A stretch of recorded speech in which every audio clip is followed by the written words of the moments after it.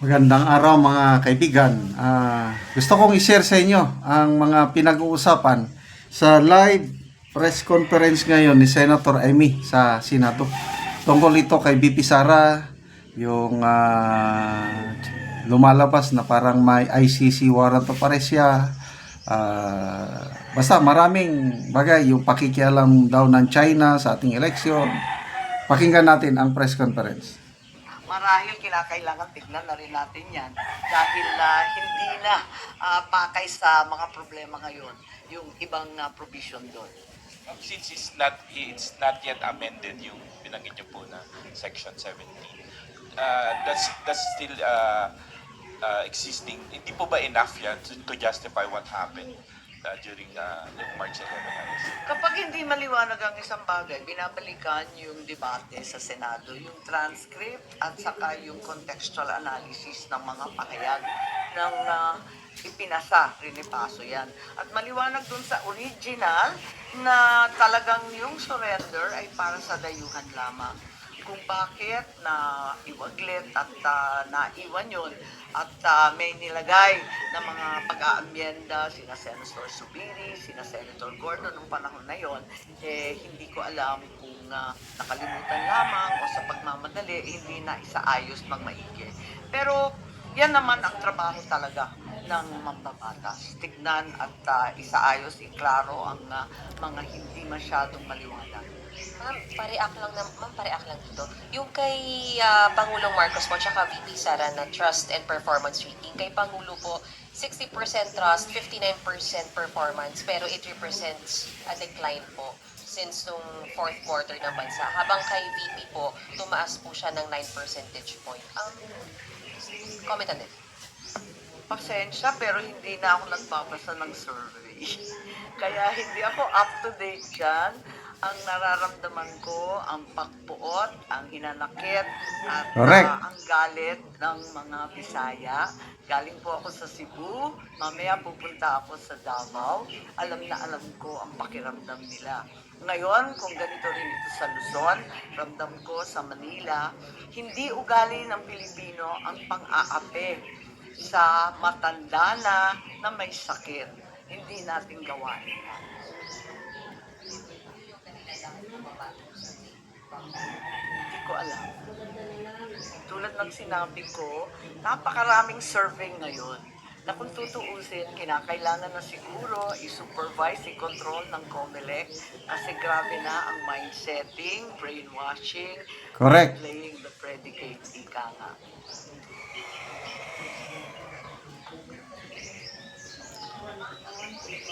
Thank you so much. I have a longer report of 26 pages. I think it's available. We also have USBs of the Tagalog statement, as well as the graphic version of the timeline, and I can also provide that video that we received. What I read ay yung Tagalog. Opo, nandito. Okay lang. Oh, sige. Pero may soft copy ba kayo? Hindi ko alam. Meron. Okay, yung unang pahayag niya kanina, yung nulit niya yung findings ng kanyang committee hearing, yung Committee on Foreign Relationship.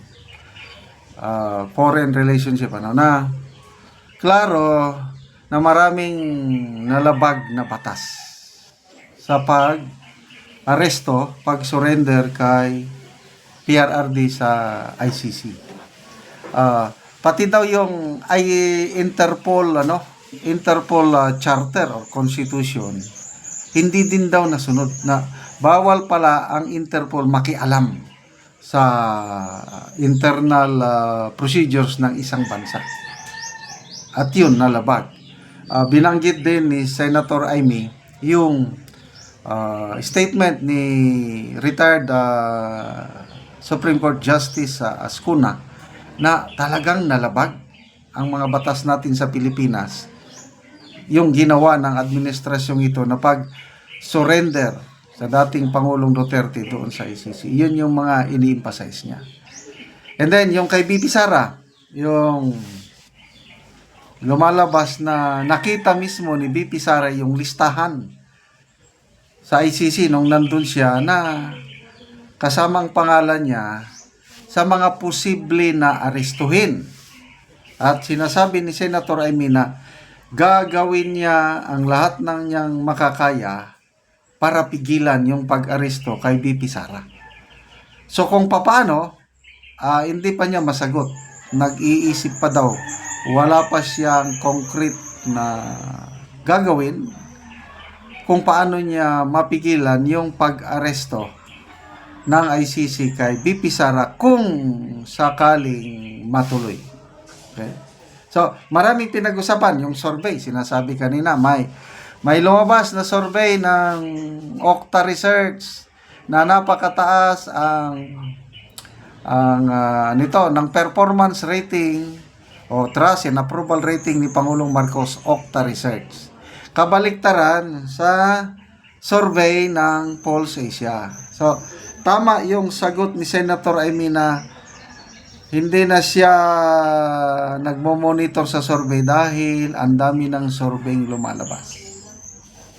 Ako, nagmo-monitor ako. Kailang minomonitor ko yung alam ko na maaasahan or credible. Kagaya ng Pulse Asia, SWS, Publicus Asia at saka WR numero. Ito yung mga sa observation ko, sa opinion ko, maaasahan yung survey.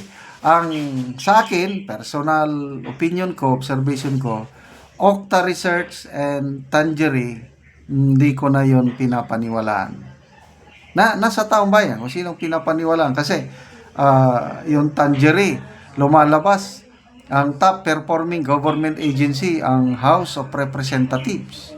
Ang lowest performing agency sa kanilang findings, Office of the Vice President.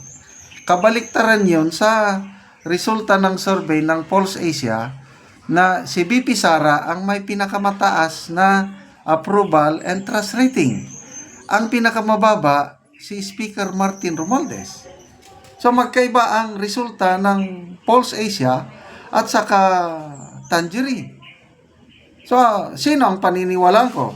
Dito ako sa Pulse Asia dahil proven na po ang Pulse Asia. Matagal na itong Pulse Asia na nagsosurvey dito sa bansa at wala akong question sa kanila.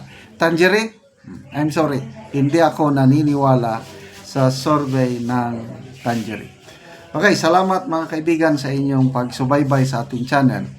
Nakakatulong kayo ng malaki sa tribong Talandig ng Bukidnon dahil ang income natin sa channel na ito is tinutulong natin sa tribong Talandig. Namimigay tayo ngayon ng mga yero at pako sa tribo para mapaayos ang kawawang kalagayan, mga butas-butas na yero ng bahay ng mga Talandig sa Bukidnon. Panoorin nyo ang video na ito.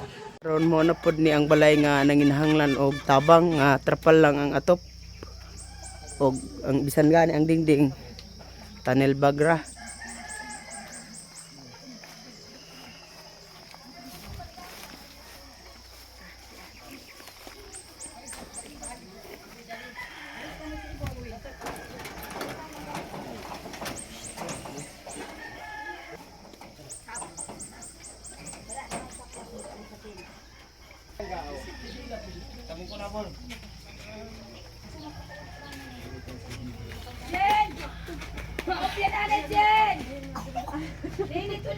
Ayo.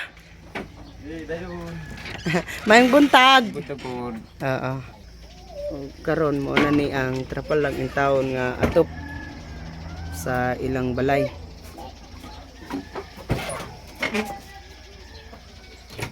So may get ayo.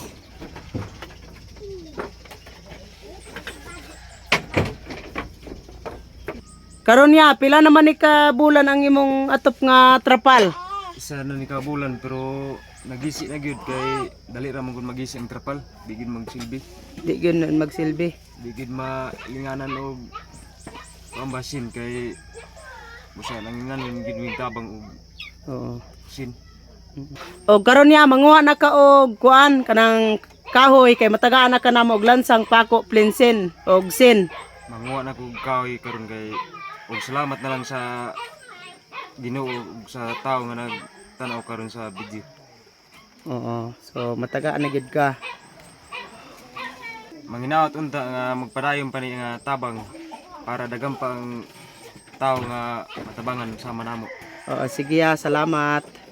Salamat kaayo.